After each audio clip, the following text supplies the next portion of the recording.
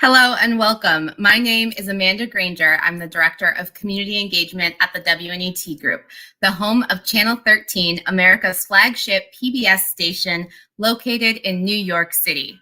On behalf of everyone at the WNET Group, I want to thank you for joining us for Grace Under Pressure, Town Halls on Mental Health. Each week, we will examine mental health from the perspectives of 5 groups that help define American society: healthcare workers, K-12 teachers, mental health providers, activists, and journalists. The summit will present frank talk about issues and solutions with an understanding of history and eyes toward the future. Grace Under Pressure is live streaming every Thursday at 6 p.m. Eastern from April 28th to May 26th. You can learn more at 13.org/graceunderpressure. Tonight's program, Taking Time to Breathe, a town hall with mental health providers about mental health, is presented by the WNET Group and Chasing the Dream, our national multi-platform reporting initiative that explores inequality, opportunity, and justice in America. You can watch the programs produced by this initiative at pbs.org/chasingthedream or at youtube.com/chasingthedreampbs. Please subscribe. Part of our station's mission is to provide meaningful experiences to our audiences and communities to educate, entertain, and inspire. By bringing together leaders who are at the front lines of responding to stressful situations and systems, we hope Grace Under Pressure will provide new perspectives and ideas that will be helpful to all of us in strengthening mental health in our own lives and in our communities. We will have time for an audience Q&A towards the end. So as you watch the live stream, please post your questions in the comment section. We hope you'll join us again next Thursday for the next program in this series, The Only Option is Action, a town hall with activists about mental health. And again, you can learn more at 13.org/graceunderpressure. You can also watch last week's program at that link. I would like to take a moment to thank our promotional partners for Grace Under Pressure. We are so grateful for the support of the Asian American Federation and the National Alliance on Mental Illness of New York City, or NAMI NYC. Thank you also to our ASL interpreters for tonight, Tracy Winters and Wanye Jefferson.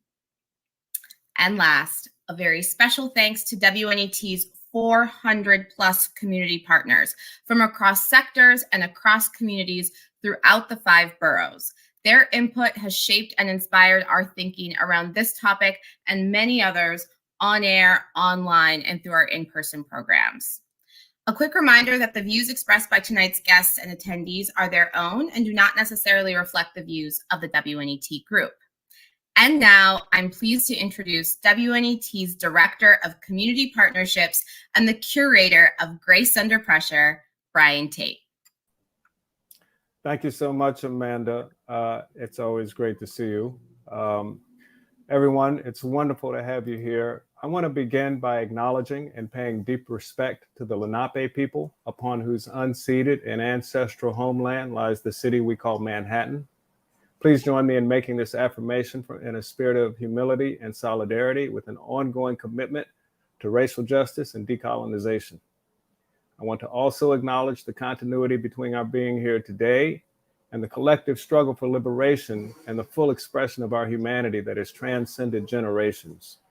Many lives have been lost in that struggle, and we hold all those people close. We are thankful for their lives, and we honor them as we gather across communities to speak truth. I'd like to now thank all of you for joining us for week 3 of Grace Under Pressure. Since starting the summit 2 weeks ago, we've held powerful conversations with healthcare workers and K-12 teachers, and we are very excited for tonight's event. At the start of each town hall, we present a short performance by a gifted musician or spoken word artist whose work will help us gather across this virtual space and remind us why we have come together to discuss these tough topics for the culture. We're thrilled to have someone very special here to kick off tonight's forum. Please join me in welcoming pianist and composer Erica Dohe. Erica, wonderful to see you. I understand you'll be performing your composition, Replicant, from your album I, Castor Pollux. I'm also told that your piano is prepared using bolts on the piano strings. Could you play just a few notes to give us a sense of what that sounds like?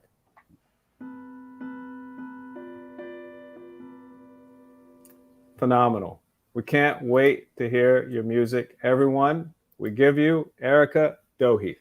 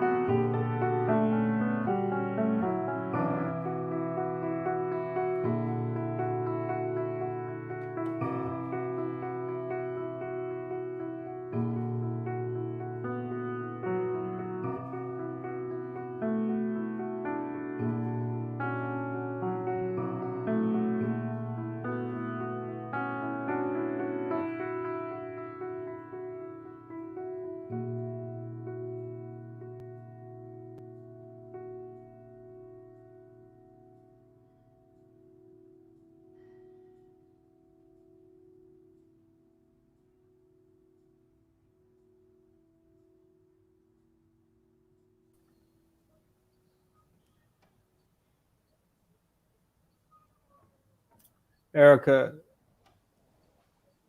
that was just magnificent, just breathtaking. Oh, thank you so much. Thank you so much for bringing us all together in this way.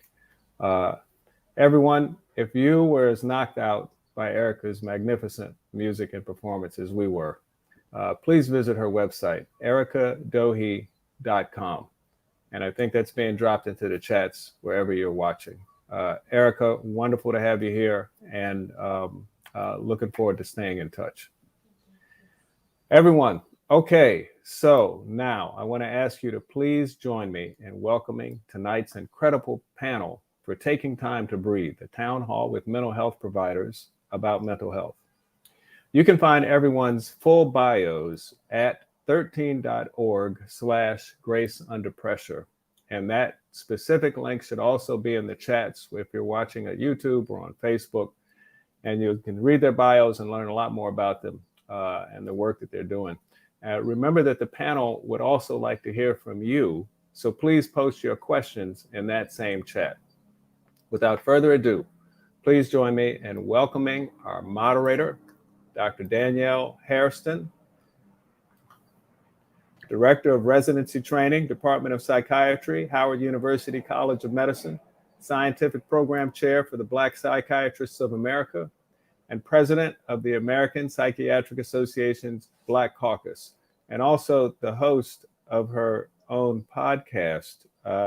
Dr. Hairston, please remind me, what is the name of your podcast? It's called The Next 72 Hours, Brian. So thank you for having me back in the building. Indeed, The Next 72 Hours with Dr. Danielle Hairston. And our panelists, Dr. Leilani Aquin, DBH, LCSW, Clinical Director, San Carlos Apache Tribe Wellness Center, and Clinical Scholar, Robert Wood Johnson Foundation. Dr. Aquin, it's wonderful to have you here. Thank you. Natalie Y. Gutierrez, LMFT, and author of the forthcoming book, The Pain We Carry, Healing with Complex PTSD for People of Color. Wonderful to see you here, Natalie Gutierrez. Thank you for having me, Brian. Dr. Mona Massoud, DO, founder and chief organizer, Physician Support Line, and board member, Muslim Wellness Foundation. Dr. Massoud. Thank you. Dr. Sherry C. Wang, PhD, Associate Professor, Department of Counseling Psychology, Santa Clara University.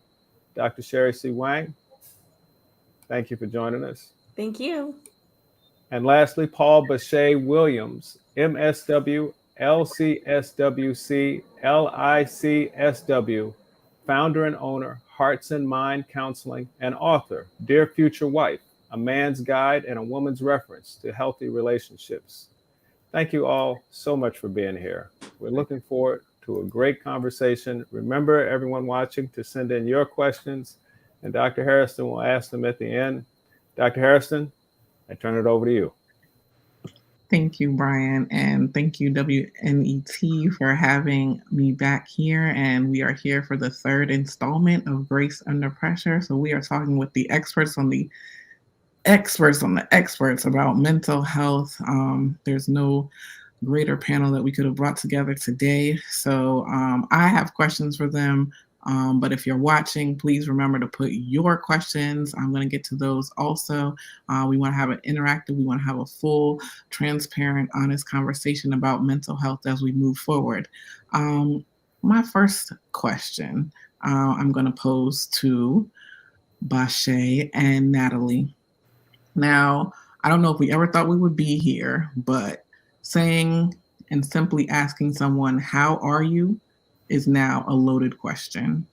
How do we responsibly prepare for the answers? How do you responsibly respond when the answer is, I'm not okay, when someone is asking, how are you doing? I guess I can go first. One of the things that I would say how you prepare is asking them how they would like for you to show up for them. I think sometimes we try to jump in and have the answer, and maybe they don't need an answer. And so if they're not okay, maybe just continuing to listen, as a clinician, that's one of the major things that we do in our sessions is being available without the answer. So that's what I would say you should start at is asking them, what do you need in order for me to influence or help you be okay? So before even jumping into a solution, like maybe they just need someone to listen to. Natalie, do you have anything to add? Yeah, and really appreciating what Bashay shared. And also, I think when folks come into the office and are saying, I'm not okay, normalizing that it's okay to not be okay. And it makes sense to not be okay, given everything that's been happening, I want to say for forever, quite frankly. But with the pandemic and prior to the pandemic, just it really makes sense. It really makes sense that you're not okay. It really makes sense that you're that things haven't probably been okay for a long time, and there's a lot that you're carrying. And let's really hold this together. Let's really hold this together. We're not jumping in to fix anything. Really, just wanting to hear about what you're holding, so that we can really just collectively hold it together and really witness it. Thank you for those answers. I think that can guide us all. Leilani and Sherry, I'm coming to you next.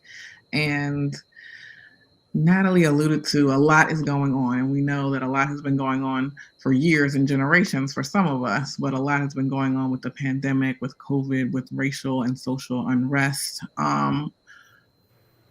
Sherry, can you start us off with telling us, when you're here in the field, your field might be the screen virtually, it might be in the office, it might be in the hospital, it could be anywhere these days. Sherry, can you tell us what are the biggest mental health issues that you're seeing currently? Whew, that is a loaded question because there's so many. Where do we start? I mean, I think burnout for one. I think folks, we've just been going and going and going in survival mode. I think when we started with the pandemic, we thought, okay, we can do this social distancing, sheltering in place thing, not seeing our friends and family, not interacting. Yeah, we'll do it for like a week, 2, maybe 3 months. Listen, by the time it's summer, things will be okay. And so we've just been in survival mode for so long, and you just can't sustain that way, right? And that's really where we're at. I think we're in burnout. It's appropriate anxiety, depression. This is all very adaptive, actually, because you just can't. It's like a rubber band, And we've been stretched and thinking, I literally have a rubber band right here. Like, we'll be like this just for a short period of time, but it hasn't been for a short period of time. We've been like this for 2+ years. And the breaking point for many folks have already come, but breaking folks for others are starting to come. So I think we are all just at this place now of just trying to stay afloat. And that's for clinicians as well as for the kind of normal lay community, that we are just trying to survive on a day-by-day basis. Agreed. Leilani, anything to add there? I'm going to echo everything that Sherry just shared. For us here and really looking at rural communities, and a lot of my work is done in rural and frontier health. And so when we are isolated already and then have to isolate some more, the clinicians are experiencing burnout, our folks that we serve are experiencing burnout. And so we're seeing a lot of that anxiety, depression, and we, just like Sherry shared, like we're surviving. We're still in that survival mode, just trying to stay afloat. So I'm going to go off script a little bit here, Brian and WNET. I want to know, because we're talking about being in survival mode, being stretched, being in this state of stress and anxiety, not where we thought we were going to be. We thought this was going to be short. Mona and Bashay, I'm coming back to you. But Mona, I'm going to start with you and ask you, have we normalized trauma and hurt during this period of the pandemic? Is it now like, how are you? Yes, my coworker passed away. I lost my job, and it's just like a normal part of my everyday conversation. Mona, what do you think? What I think what I've been witnessing is, you know, that we're not really able to grieve the way that we would have outside of these kind of incredible circumstances. And grief is a necessary part of this, a part of the human experience when we experience any sort of trauma, emotional or otherwise. And it is something that, going to what everyone else is discussing about survival mode, we need these kind of milestones, these kind of markers in time where we're able to process what we have witnessed, what we have experienced emotionally and physically, and we haven't had that. And I think that that kind of permission is something that that we really need. But it's hard to tell with the ongoing uncertainty, not just of the pandemic, but of all of the different kind of reckonings we've had to face in terms of our, politics or social injustices or even identity, that we have not reached a point where we're able to grieve. And thank you for that, Mona. And Bashe, are we now at a baseline of trauma here? Yeah, I think so. Just to piggyback on what was just said, I think just for marginalized and minorities, I think we've normalized grief for a long time. I think we haven't had opportunities to grieve a lot of different experiences that we've had historically. And now we're at the place where we go turn on the TV and we're seeing things happen. We're experiencing things happening at our doorstep. So we are trying to outwork trauma and grief. But the good thing about it was what's happening now. Yes, we're having more conversation about what grief is. We're having conversation about what the process may or may not be. And a lot of people are connecting to other people's experiences. And so we're having more in-depth conversations of what grief is and having more opportunities to explore and to maybe manage grief. So thank you for that insight, Bashe, because that leads me to my next question. It's like y'all are right. We're on the same line.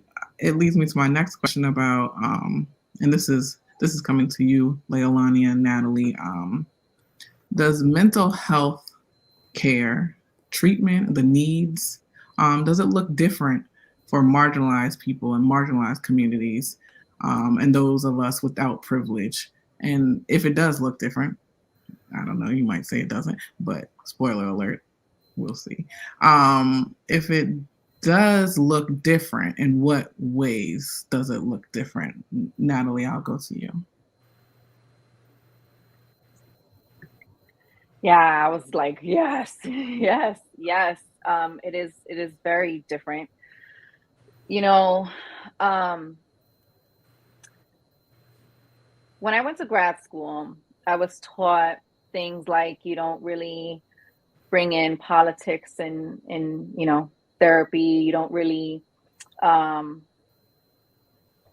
you kind of get the sense that you really just treat the individual and the symptom rather than really understanding that much of the symptom of the individual comes from, especially marginalized individuals, comes from the systemic racism and systemic oppression that is really impacting a person's inner world and is creating a lot of traumatic stress. So in my work, a lot of what I do now is really addressing what's your story and what's the story before your story. What is the story of your lineage? Because I'm wanting to really bring in ancestral trauma. I'm really wanting to bring in how the cultural burdens that the larger culture, the larger system, the dominant groups continue to perpetuate the abuse that dominant culture, especially white supremacy culture, continues to perpetuate on the global majority is creating so much traumatic stress, is creating so much grief. And there is a difference in the way that we need to treat, understand, empathize, have compassion with, and really create a lot of holding space for just the burdens that the cultural and legacy burdens that people are carrying, particularly folks of the global majority are carrying around historical trauma.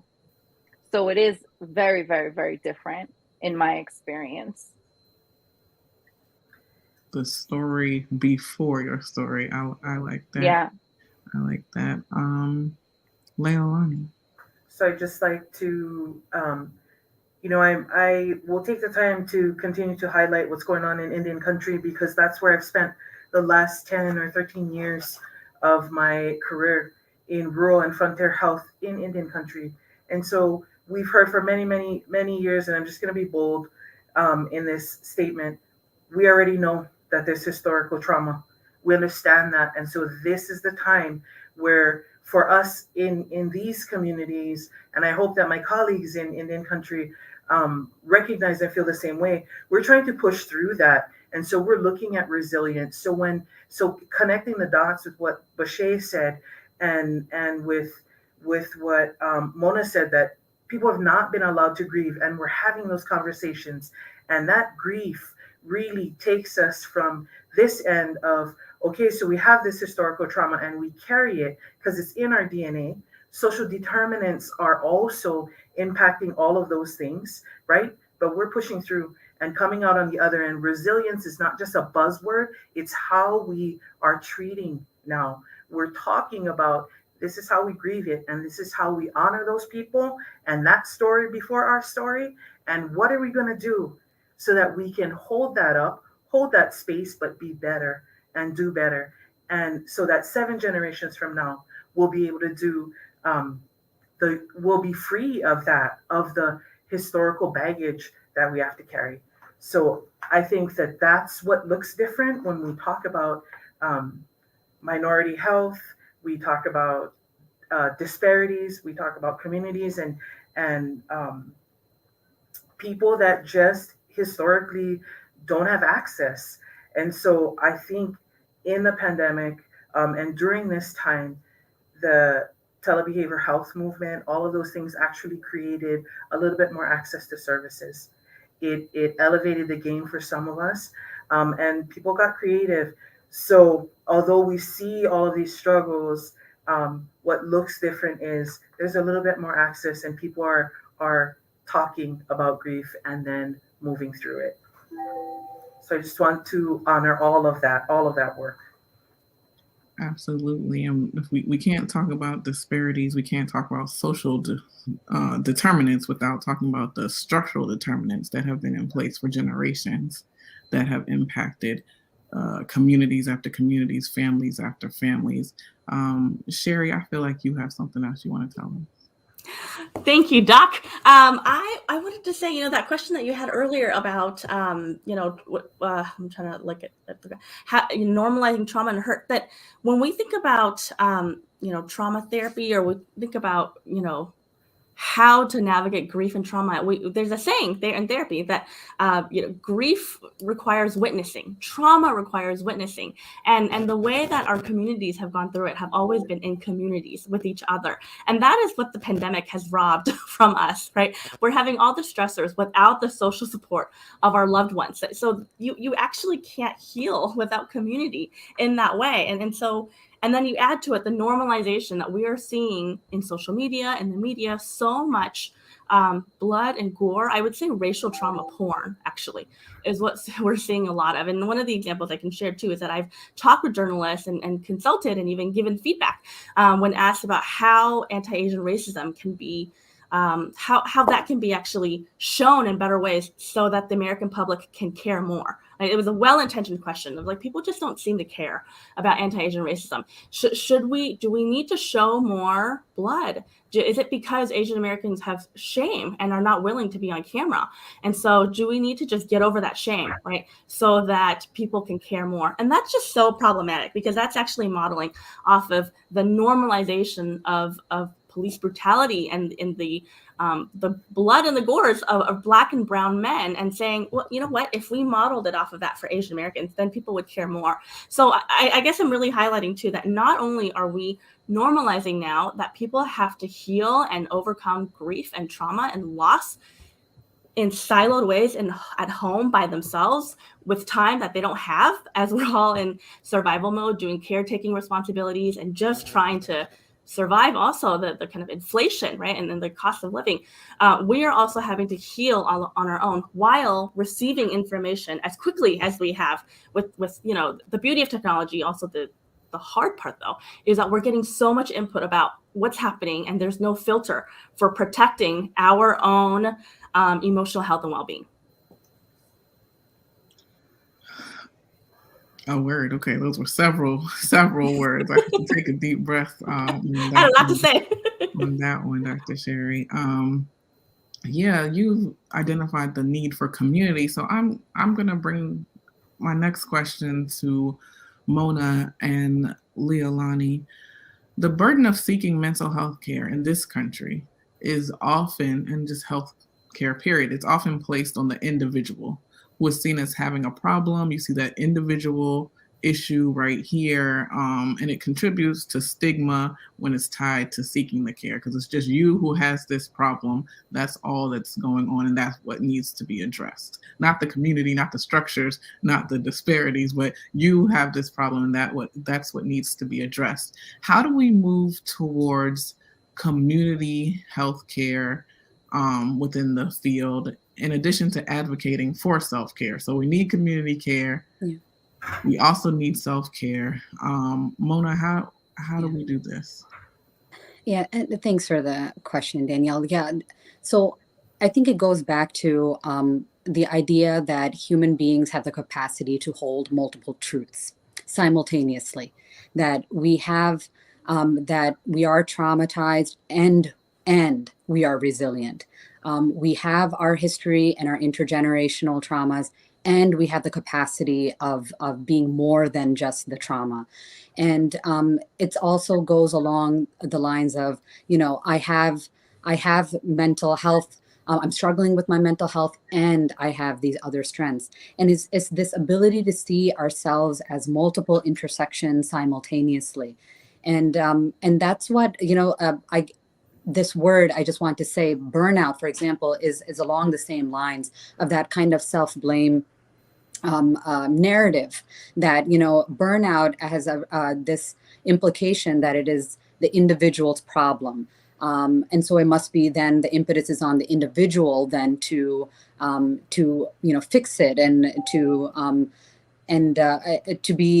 resolve it. And what it does is it diminishes, like we were saying, the structural causes, or it creates mental health in a vacuum, which is very stigmatizing, because if you say that it's a personal problem, then the blame belongs only to the person to get through it. And so I think words are really important. I mean, as mental health professionals that's what we use. Those are our tools, is reframing and redefining and being intentional about the words that we use. And for example, with burnout, just using this example, I often say that, we don't say when a house is on fire, we don't say it was burnt out. We actually say it was burned down. And that is a reframing that I think can be helpful, because then it forces us to look just beyond our own inner dealings with these feelings, but also look at what caused this, whether it was structural issues, whether it's family dynamics, whether it's financial or social issues. And I think us being more intentional and encouraging more intentional use of language and communication and conversations within communities, and owning those terms and making literally doing it on our terms, I think can be a game changer. That's a place that I often tell my patients, I tell myself to start, is that, use your words intentionally and say what you mean and mean what you say, and then start the conversation. Thank you for that, Mona. Yes, I think language is important. We always talk about reframing, and one of my mentors, who happened to be the first ever Black president of the American Psychiatric Association, did something. Dr. Alpha Stewart said something similar. It's not burnout, because that puts the onus on the person. It's arson. She said that it is arson, and that it's intentional what's happening to us in our mental health. So I want to encourage the audience to pose your questions. Please send them. I'm going to get to them. I want to let Leilani answer as well about community mental health and mental health care, period. How do we approach it from a community perspective? So one of the things that I've been able to do in the communities that I've worked in the last 2 communities I've worked in, is really, and again, it's talking about it as when we look at the foundation and the fibers of our communities. We're collectivists anyway, as Indigenous folks, we're collectivists anyway. So instead of sitting in our offices and working from here, it's about reaching out in community functions, offering opportunities to engage, just to have conversations. It is about words. Part of the work that we do too is really trying to integrate in the medical system, in primary care. So if we're visible, it also helps to take the stigma away and the onus off the individual, because we're there and we recognize it. We can recognize it and we can talk about it. And for us in Indian country, for me, I'm actually Native Hawaiian, but I've done a lot of my work here in the States in Indian country, and I approach the same way at home. I always ask and allow that narrative conversation is high context communication. So we're taught in academia and in all of our education that just get to the point of what you're saying, but really we have high context communication. Allow the stories to be told, narrative, right? Allow the story to be told, even if it takes 10 minutes to get to the point, because you will hear all of those things that we need to know about environment and how we can reach out and help family. So when we see an individual, we're always asking about, so who's at home with you? So how are things going? So the conversation really looks like it really isn't just your problem. We're going to try to take a look at all the systems around you and your family support systems. And so really looking at community-based services, when we look at programming and the way that we can help folks, it's about getting out there and just talking about it. And the way that we talk about it to remove the stigma is going to be real important. Thank you for all of that. We have to figure out a different way to approach things. Now, my next question is for both Sherry and Bashe. And Bashe, I'm going to start with you. I know we have addressed how racism is exhausting. We've addressed how it's traumatic and how it impacts mental health. But what is the role of mental health providers in advocacy and activism against racism and helping your patients navigate this trauma? I've heard psychiatrists say that, I'm a psychiatrist, I'm a physician, I can't be a psychiatrist, a doctor, and an advocate. You can, there's different ways to advocate for your patients. How can mental health providers, what's their role and what's their responsibility in advocating and engaging in activism against racism, or if there is a role? Bashe? Sorry, I think there's a couple of different roles. So whether it's macro or micro, right? Like how do I need to show up within the session? Like how do I need to advocate for you in the session? How do I need to create the atmosphere where you can be free enough and comfortable enough to talk about what you're experiencing, the vicarious trauma or what you've experienced individually, to give you a space to say what is happening is real to you. Because sometimes we come in, and I won't say it depends on what the clinician is. Come in and won't say something. We'll say to a client that this isn't real, or maybe you need to explore whether this is real or not. That's not advocating for them. That's minimizing, and that's devaluing them, and that's also not giving them the space that they need. There's also opportunities for people to be advocates in the community, right? If we're talking about it, kind of like what I did with CNN, and talk about what that looks like for an African-American male who is struggling, who is experiencing this, who hasn't had his voice, and maybe do a little bit of disclosure. We talked about before what we're taught in school doesn't really fit the narrative and how we can reach our people. So if I were to advocate that way, maybe if that's within your wheelhouse to go to and actually protest, it's really up to the clinician to what they feel comfortable as well, because there's sometimes we expect people to do things outside of their capabilities, which is unfair, which is inauthentic. So we can't be limited to one space. If you have the capacity to see your client at 5 and then go protest at 7, and that's something that you feel comfortable that you're doing and it's not putting anyone in jeopardy, I think you should be able to do that. Thank you for that, Bashe. Yes, that's questioning whether or not something happened. That's minimizing, that's devaluing, but it's gaslighting.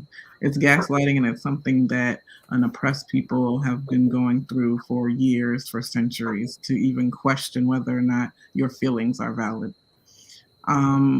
Sherry, I know that you might have some thoughts on how mental health providers can be activists or advocates. Yeah, I think you have to be, actually. I don't think that's an option. I think if you, as much as you can have an impact on making positive change in a client's life, you can actually do just as much harm. And so that is an ethical issue as well, too. And so when it comes to then advocacy and activism, it's as basic at the individual level as, as appropriately diagnosing, taking into consideration context, right? I'm thinking about, we're talking about burnout and calling it arson. Something like that is actually a form of advocacy, to really kind of contextualize the person as part of an environment, right, that is marginalizing them. And even that language, like you're a minority, it's not. People are not minorities inherently. People are minoritized. We got to talk about the larger system and the structure in the community. I think the power of what it means to be a clinician with a title behind your name and the authority and the legitimacy to write something down and give somebody a label, and that follows them for the rest of their lives, potentially. It has an impact on their insurance policy, even. That we have a responsibility also, too, in terms of when we listen and we hear and we validate their experiences, that's really powerful for a client to be like, oh, this person who is in a position of authority and has power thinks that my experience is real and it's legitimate. Right. So I think we have a duty. I mean, if you're working with immigrants, for example, and you don't know about immigration policies, you're going to be doing harm because you can't not know what your client's experiences are. And I think that is what something I think mental health care providers may have struggled with, or I know certainly my students, I train master's level clinicians, they've struggled with throughout this pandemic and even pre-pandemic, of things like, I feel so burned out, I just can't watch the news. Sometimes I just have to go for a week without watching the news. And there's a part of me, and I tell them this too. I said, a part of me really wants to support you, and I will support you in terms of what you need for your self-care. And, right, this is the holding multiple truths. And you can't go too long without knowing the news. Maybe watching it is triggering because of the visual piece, but you have to read about it, or you have to be knowledgeable about it to some degree, because if you are not, then you will not be able to do culturally sensitive work to know what people's lived experiences are. So in some ways, you have to know this history. You have to know the context.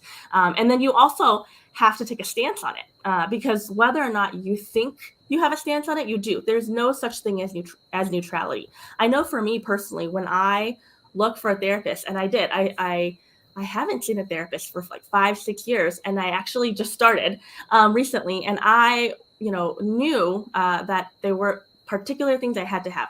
It had to be a person of color. they had to be a woman. And because I'm a new mama, I gave birth to twins in COVID. I knew I needed not just a woman of color, but a mama. And so I had to look for that. And I needed to know that this was going to be somebody who can talk about race and racism, that I didn't have to educate them about it, or that I wouldn't have to be in therapy and potentially be gaslit or minimized or invalidated for my experiences. And so going to therapy can also be really scary and actually lead to more harm. We know people of color, about 50% drop out of therapy after the first 1 or 2 sessions. Thank you for that, Sherry. Yeah, shout out to the new moms. If you hear this baby over here crying, I'm also a new mom. And when I was looking for a therapist, I'm grateful to have a therapist who is a Black woman who wears glasses, who has natural hair, and worked in the same city that I worked in, and that I understand that was a privilege for me. Natalie, I want to know your thoughts on this. I do have some questions for you about boundaries, but before I get to the boundaries question, can you tell me your thoughts on advocating for yourself, advocating for your patients, and how you can be an activist, as Bashe said, on the macro and micro in the moment, multiple levels? Yeah, just everything that was shared so far was really hitting the core of me. And I just what I wanted to share was, when we think about our clients, there are external constraints that are present in their lives. And so if our clients are worried about where they're going to live or who's going to be the next president because maybe they're fearful of being deported or they have a family member that is going to be deported, and we are saying, just, look on the bright side, or just really not understanding what it is that they're facing, these external constraints that they're facing that are really there, then we're really doing a disservice and, like Dr. Sherry said, harm. So it is important that we are constantly doing research on what is happening socially, that we are putting ourselves out there however it feels right, whether it is protesting, whether it is donating, whether it's learning more, it should always be doing the internal work as well. Doing the internal work, and for me, I believe, is part of the advocacy work, because we want to also make sure that we're wanting to make sure that we are also checking our own implicit bias with our clients, and that we're not hurting them, that we are not blended with parts that will injure them and have them walk away feeling even more burdened. So, and the last thing I'll say to that is, I see counseling, I see mental health work as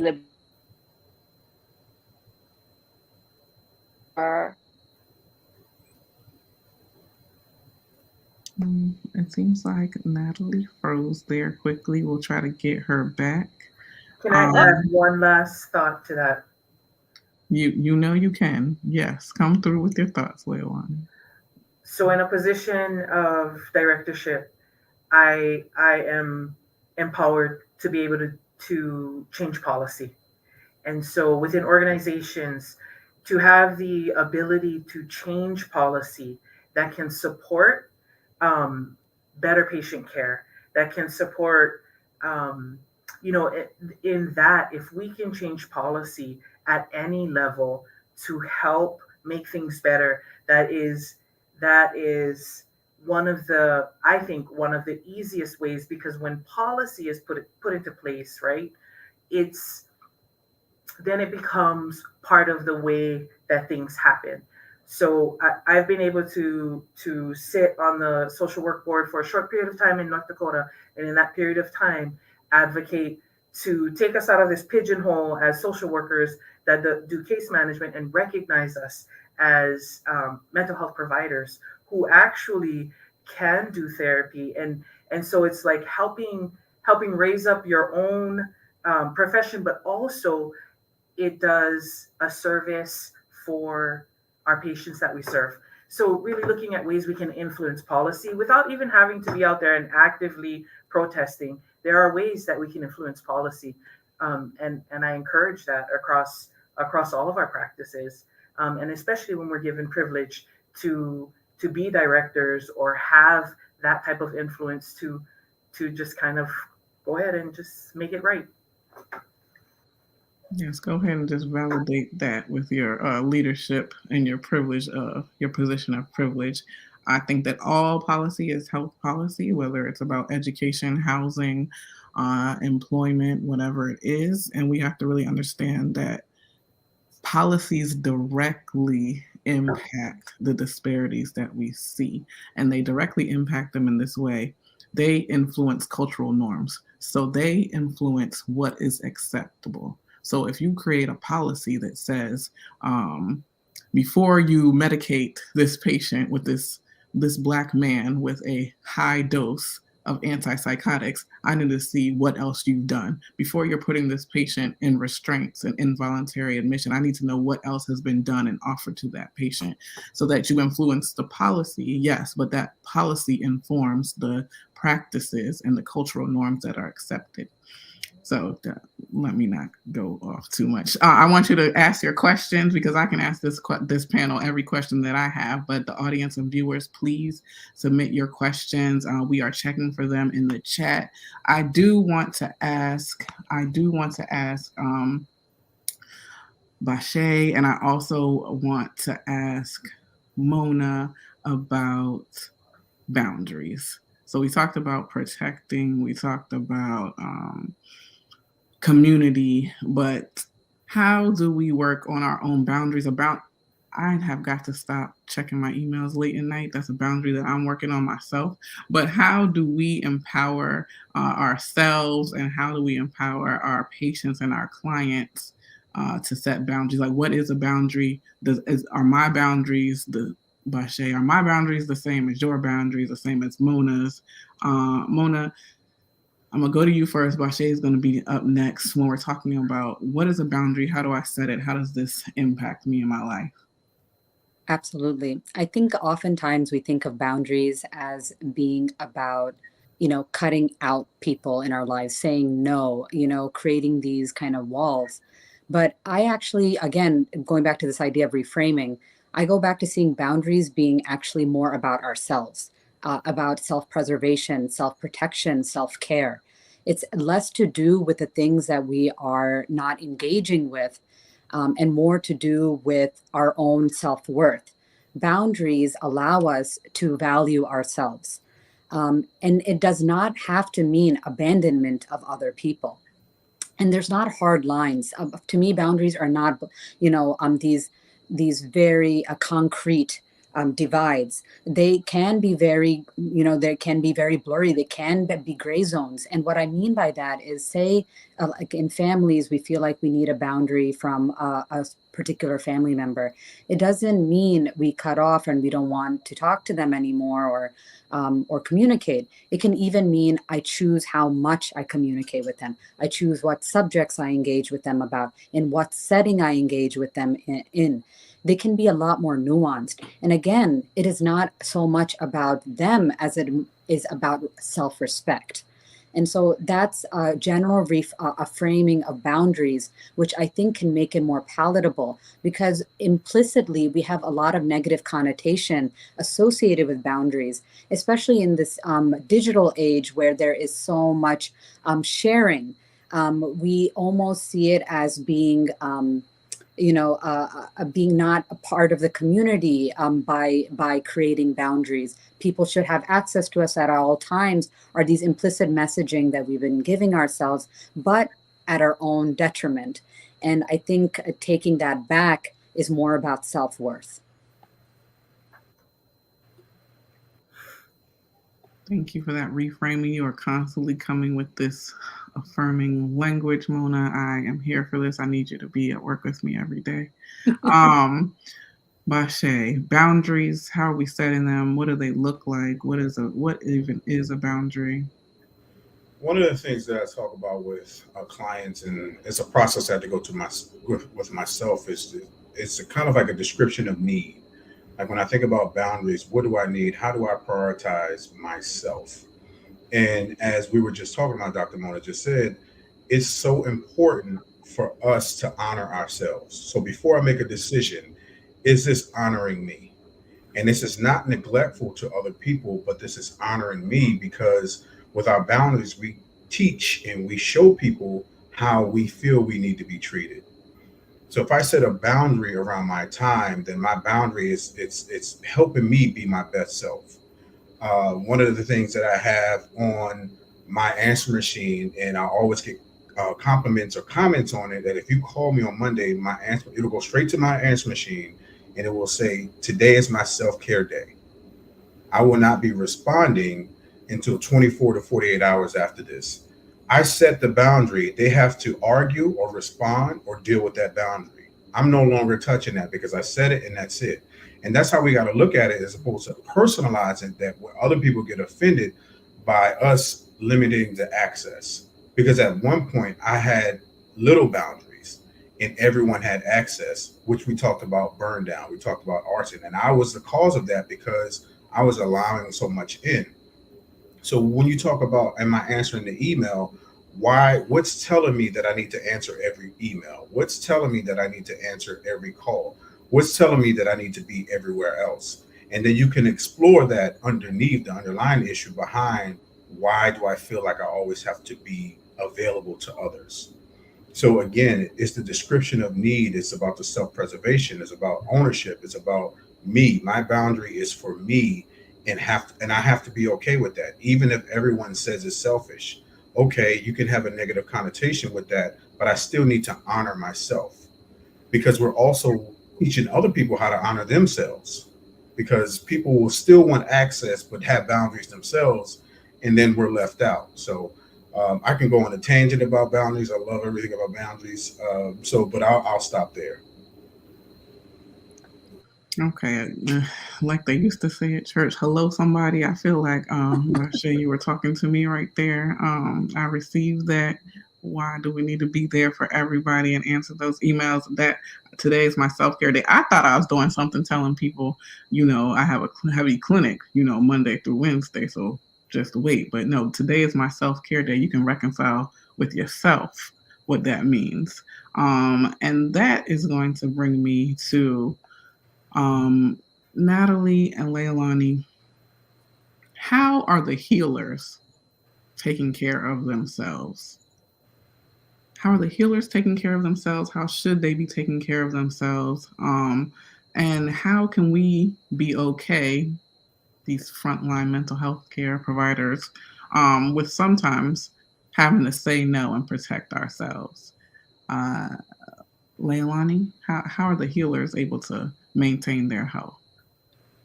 I so I'm just gonna echo what Boucher said. It is during the pandemic that I had to say I gotta take a self. I have to take a self care day. Um, but in a position of leadership, I have stepped up and encouraged our team to take the time. I allow, even with a staff of 60 plus individuals, I know every single one of them. I know what the struggle is, even if I don't see them every day.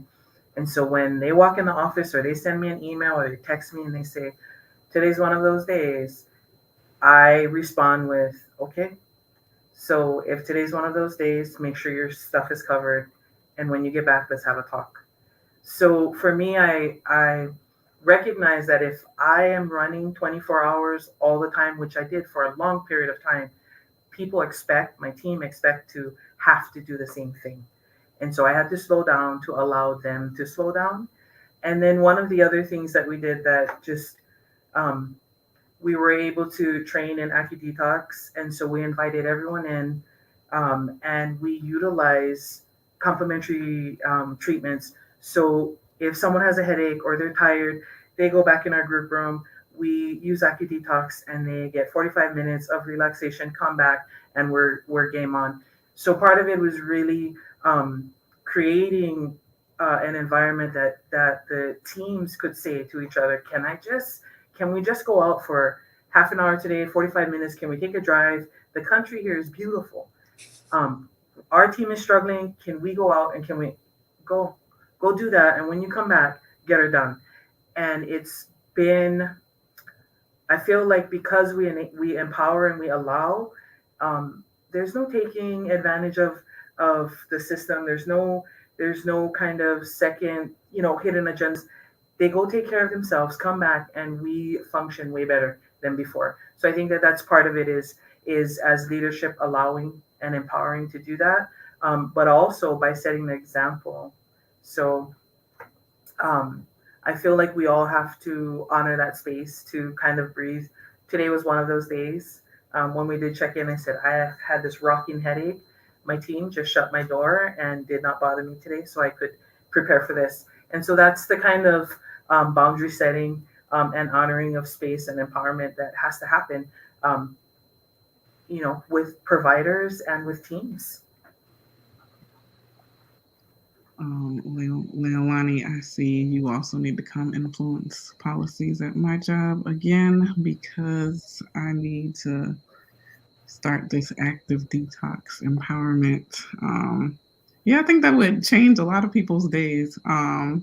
If you were like, I need to take a beat for 45 minutes, I can go and just take this time. Not all of us have that ability, but I do. If I have a time between patients, I do like to just go on a walk. That helps me see the gentrification that's happening in Washington, D.C., but it also helps me to see what's going on in the neighborhood, and just to have a little break in the scenery. And we are all working in a high stress environment right now, so we all need that break, that time. Natalie, how are the healers taking care of themselves, and how can we be okay with saying no sometimes in order to preserve ourselves? So, real talk, I have not always been the best at taking care of myself. And I do normalize that to my clients too, that even I, at times, struggle with doing that, because I have parts of me that feel responsible for other people, especially when the pandemic started and everyone needed the extra support. I have parts that felt responsible, and then I have big overachieving parts. I want to do all the things, I want to do the most, and sign up for all the trainings, do this, do that. And the way that I can tell when I have really passed the threshold is when my body starts to indicate to me that it's tired and depleted. And then I have to slow down, and then I have to trace my steps, and then I have to course correct.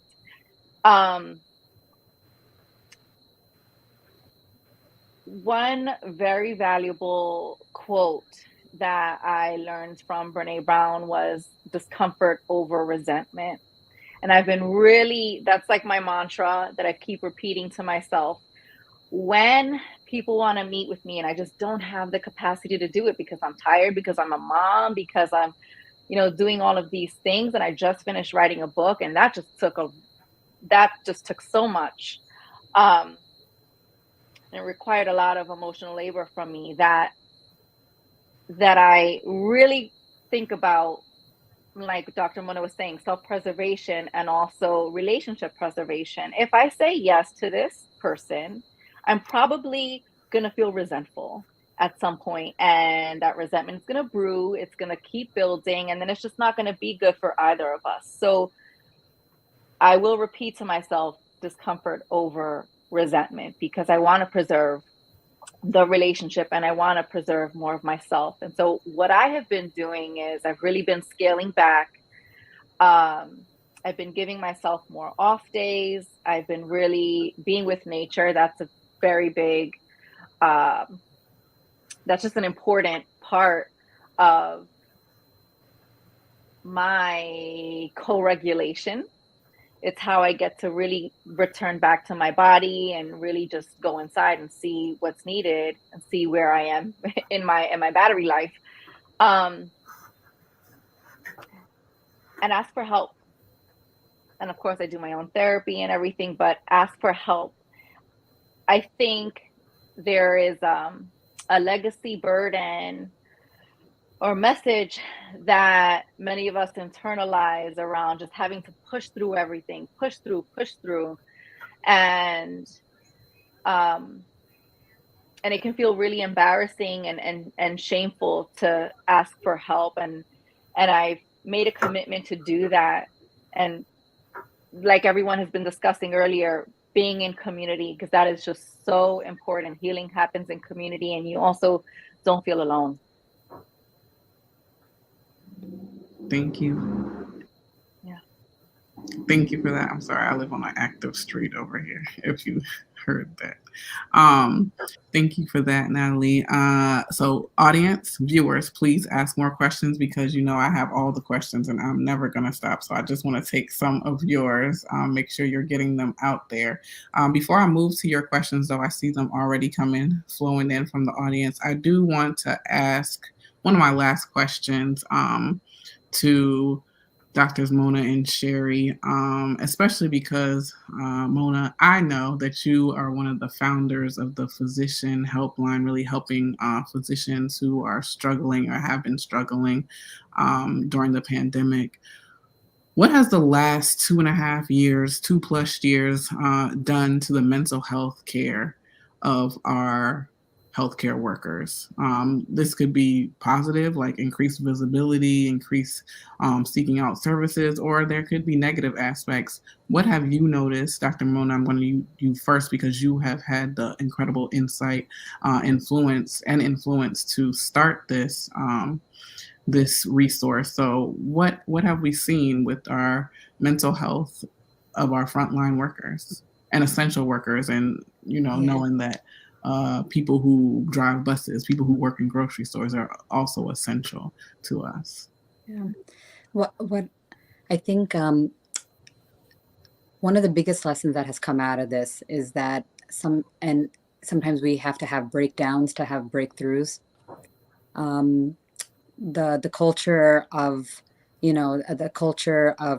medicine, we knew, but didn't know how to self-advocate, was incredibly toxic, in terms of self-sacrifice, in terms of this kind of false narrative of heroism, and this expectation of heroism that all of us were didn't ask for, to be honest, and were reprimanded if we did not want that.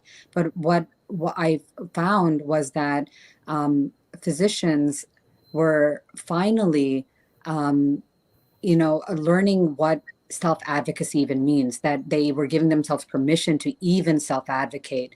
They were shedding the different expectations that people had of them, of having all the answers, of being on the front line, of being heroes.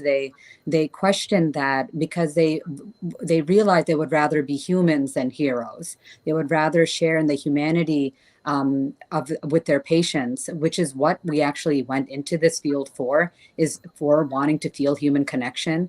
And the best way that we thought we could feel human connection was, with our physical body, understanding the physical body, the emotional mind.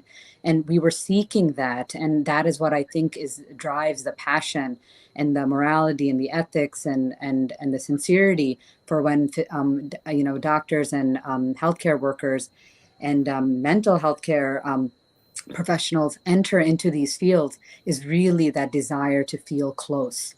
And what has happened because of these systems that we operate in is that it really has created different stakes. It has created, insurance companies, and it created privatized healthcare and bottom lines and prior authorizations and all of these different obstacles that kept us from being close to our patients.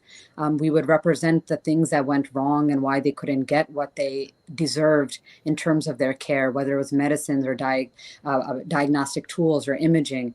We would represent every failure. We would represent every obstacle. And that was something that we were internalizing at our own detriment for years. And then this pandemic, and maybe you can hear my 2-year-old in the back now, but this pandemic really kind of brought healthcare to a reckoning. And the hope is we are now seeing more self-advocacy. We are trying to take back the narrative. We're trying to ask for what we feel is what we deserve in terms of returning to a partnership between doctor and patient rather than us being puppets of a greater healthcare system.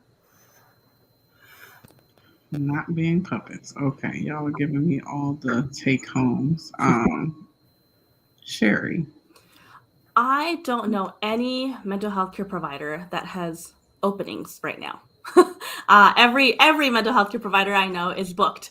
And so I also think that's probably the challenge as we're talking about boundaries, is how do you take a day off?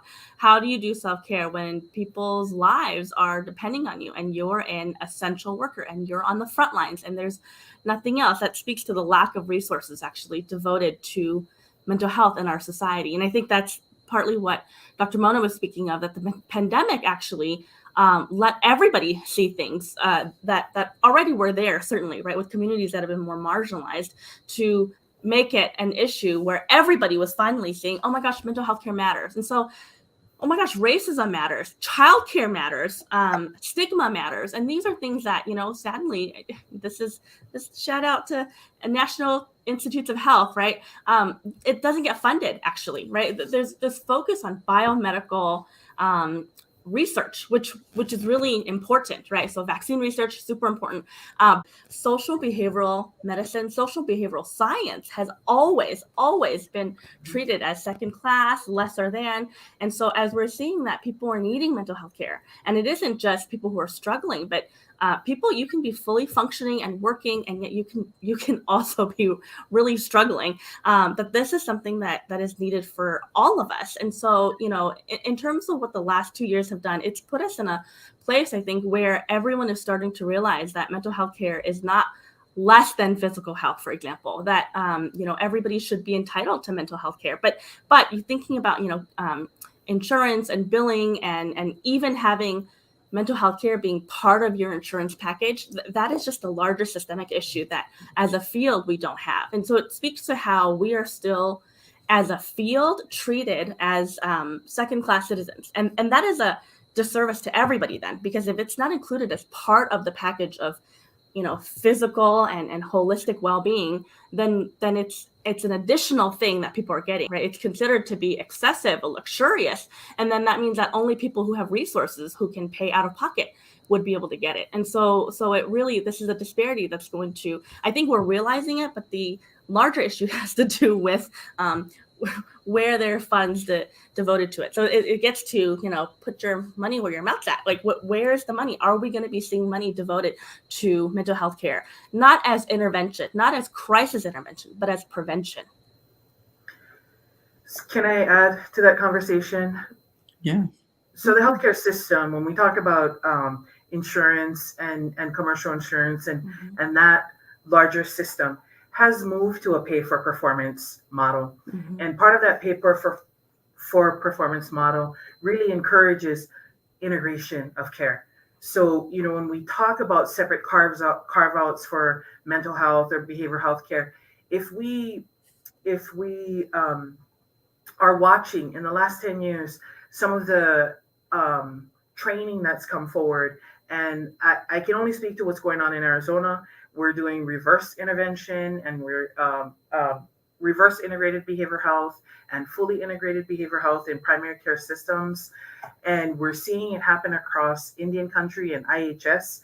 And so what that does for us really is it brings us together with in the healthcare setting, in the medical setting, and we're over there screening and briefing so that the docs can actually do real medicine.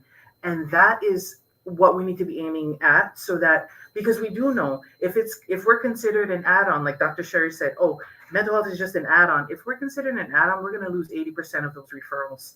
But if we are there on the ground and we are learning how to do this, and we're teaching our patients that it's comorbid conditions, right?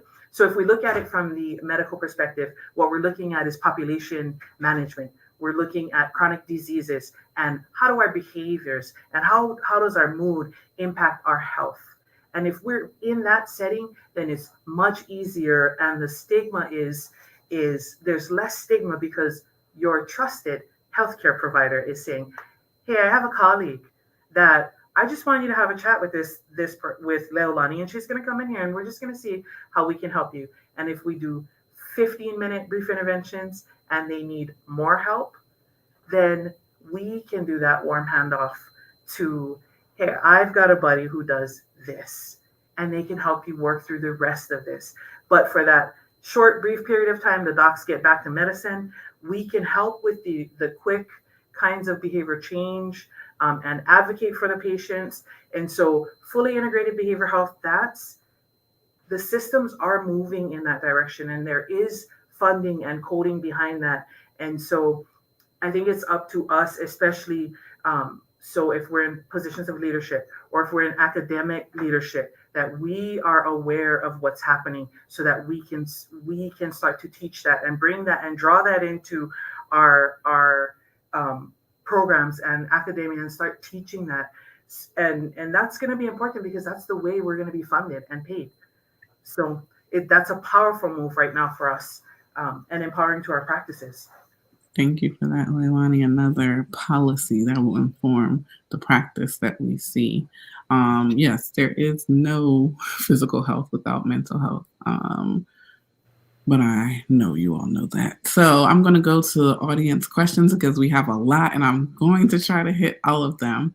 And the first question that we have is, can we also talk about caregivers and the anger and guilt that sometimes comes with the responsibilities, especially during the current climate, especially during COVID navigation? Can we talk about being a caregiver and also the anger and guilt that you may experience sometimes? Natalie, I'm going to send this one to you. Yeah, so immediately what comes up for me is the guilt and anger that you're feeling makes sense. It is hard. It's hard pre-pandemic to be a caregiver to, anyone, right? But when you're now faced and interfacing with just so many other dynamics, it makes it that much harder. I would say, rather than want to push down your guilt or your anger, can you lean into these two feelings and really get to be with them, get to know them more? And also, how are you, I would recommend or encourage you to ask yourself how you're taking care of yourself as you are taking care of other people, because it is very easy to slip into losing yourself and being a caregiver, which is probably where some of that anger might come from. It's so easy to lose yourself in caring for someone else. So how do you remember yourself as you care for the other person? How do you take breaks? How do you take a moment for you to just do what feels right for you? Do what feels calming for your nervous system. Do what feels like you're caring for you. Thank you for that, Natalie. Bashe, I'm coming to you for the next question. This question is about generations. This question is asking, how are children at one end, and then how are elders responding to this era of stress? And what can we learn from both groups? I think as far as children, with the implosion of social media, with the emphasis on more access to healthcare, with mental health care, I think children are being more expressive of what it is. They may not understand exactly what's going on, but we've been kind of giving kids more space to talk about what they're feeling. We've been giving them the language. We've been more understanding, and giving them permission to talk about what they're feeling. Although some of the results, and especially in the African American community, when we talk about death by suicide, has been tremendous. I think people are really more expressive when I think about kids, especially the kids that I work with, and they're coming in because they told someone that they're feeling this way, and we have to take it seriously. I'm starting to see a lot of more older people come in as well and saying that some of the things that I've experienced in my childhood, I no longer want to respond this way. What can I do? Or can I just have a space that I didn't have growing up? I didn't know this space was okay. So what we're learning from them is that the opportunities are there. We're also encouraging, I think as around the middle age, we're also saying, hey, mom, hey, dad, maybe you need to talk to someone. Maybe it's time to talk to someone. It's not too late to talk to someone, and giving them the permission to share, giving them permission and space to be like, it's okay. We don't have to live the way we used to live. It's an opportunity for us to talk about what we're feeling. Definitely agree. I think the older generation are learning about things that they have been doing to try to cope for so long is no longer working. I have a senior mother, and I told her, maybe we should think about therapy and talking about this. She said, I know, even Michelle Obama was depressed. She said it. So I'm all right, we're increasing visibility. Our next question is a very on point question. Without looking for it, I'm bombarded with viral videos showing violence against people of color and news stories about the stripping away of bedrock civil rights and civil liberties of people across the U.S. Remember, I'm in D.C., so we are over here. How do I respond to those issues and even just go about my day without being completely consumed by all the hate? Dr. Sherry, let me know your thoughts on this. I just want to say thank you for that comment. Thank you for your humanity and having a reaction to these things, because that is actually very human and appropriate and I am grateful, right, from one human being to another, as one person of color to another, if you're a person of color, but just as a human being. I think this is where, the term privilege and power has been used as dirty words these days, right? I know that there are friendships that have ended because somebody would be like, oh, you're so privileged. And then, really decades of friendship have ended because they have just spat out the most insulting words possible. But I don't think it has to be that way. And I think this is why I really love being an anti-racist educator, because privilege and power is something that we would all like to have. I would love to have more privilege. I would love to have more power. And I think having that is not a bad thing. It's what you do with it. And so I think when you're seeing all these horrific things happening, being angry, good. The thing is, what do you do with it next? And I think that what we can do, I know for me, I'll speak to myself. When I see a lot of these horrific things happening, it really, what I do that I think is constructive to my emotional well-being and our societal well-being is I channel into like, where can I speak up? Where can I speak out? Where can I advocate for folks in ways and places where I can access, right? But other people cannot. So I'm thinking about like, I have a Black Lives Matter sign behind me. And I speak up on, against anti-Blackness all the time because I know it makes a difference when I say it. In the ways that when non-Asian people speak up on anti-Asian racism, people just take it seriously. Right. When able-bodied people, when temporarily able-bodied people speak up on disability issues, when cisgender heterosexual men speak up on reproductive rights and women's rights, people just like listen because it becomes, this is a societal issue. Everybody else cares, as opposed to when I only speak up about Asian American issues, people will be like, oh, that's just a Sherry Wang issue. She's like, talk about her own stuff. But then when other people speak up, then it becomes taken seriously as like, oh, I guess this is something we should all care about. So I don't know in terms of, the the kind of the background of the watcher, who's kind of making this comment. Think of where your privilege and power is, right? Where can you speak up in places where, for the folks that you're seeing, their rights are being attacked? Where and when can you speak up for them? So certainly in things like voting, right, where we're talking about policies and laws and administrations that will play a role in really kind of how the norms will be for us. But in other day-to-day activities, right, where you can just kind of shut down a racist comment, right, or intervene in something that is really sexist, and just say, nope, not cool, dude, and make it clear that I don't stand for that. So I appreciate your anger. Certainly, we don't want kind of hatred and fear and anxiety to consume you. But I also think if we didn't feel that, then that would mean we're numb, and that would actually mean something is wrong with us, that we're so detached. So channel that anger, channel those feelings. Thank you for normalizing that, Dr. Sherry. When I encounter something racist or a racist joke, I like to say, why would you say that? And that really just makes the person stop. Like, that's all I want to know is, like, why would you say that? So Dr. Mona, we got just a few more minutes, so I'm going to ask you to keep it tight because we got 2 more questions I want to get to. They're just flowing in. I can't control them.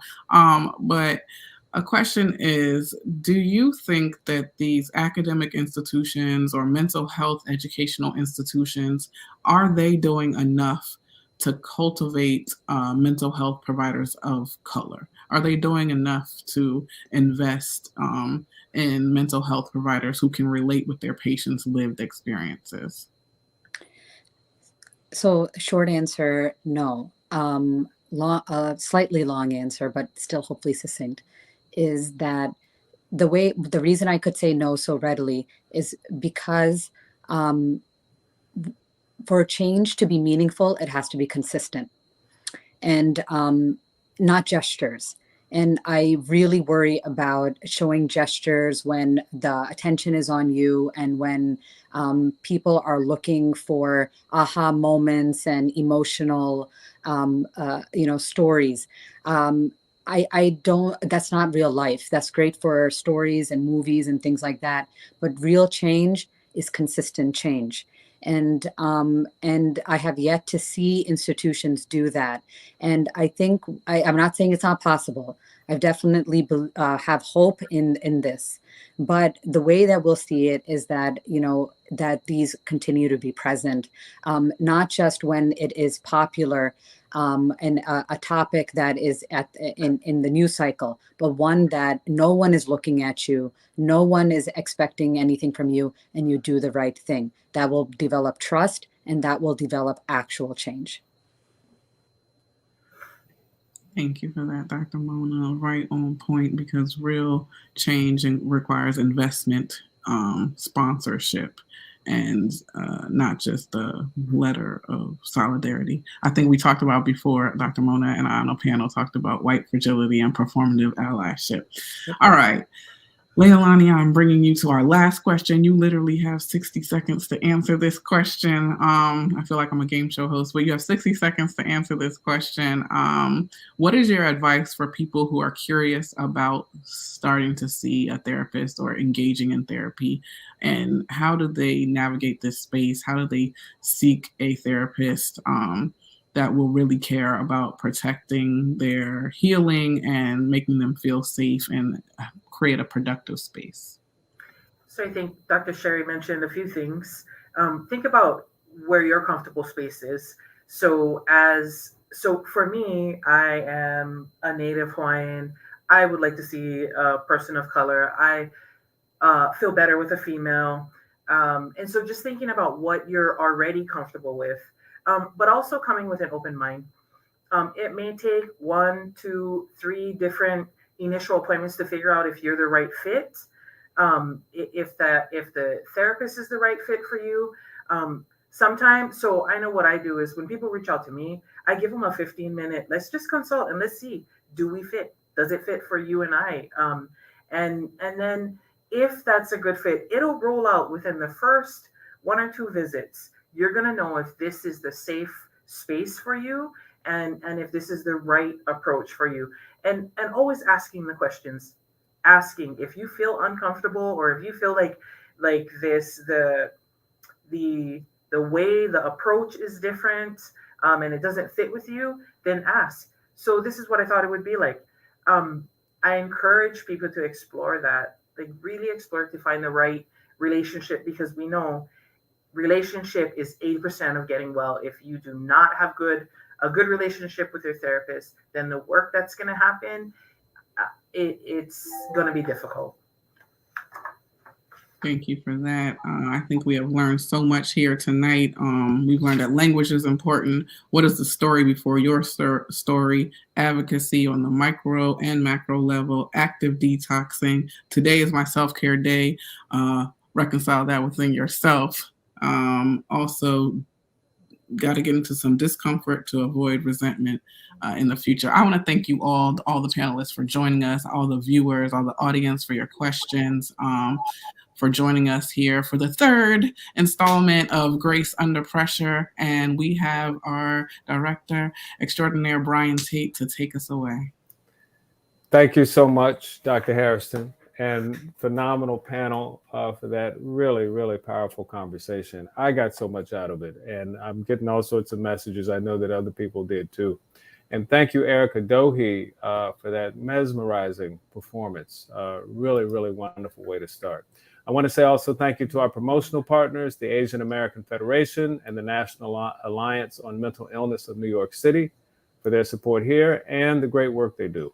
On behalf of everyone here at the WNET Group, a big thanks to all of you for joining us tonight. We hope you will return next Thursday, 6 p.m. Eastern, for The Only Option is Action, a town hall with activists about mental health that I will personally be moderating. Learn more at 13.org, Grace Under Pressure. You can also watch last week's program at that link. Take care of yourselves, take care of each other, and we'll see you again next week. Good night.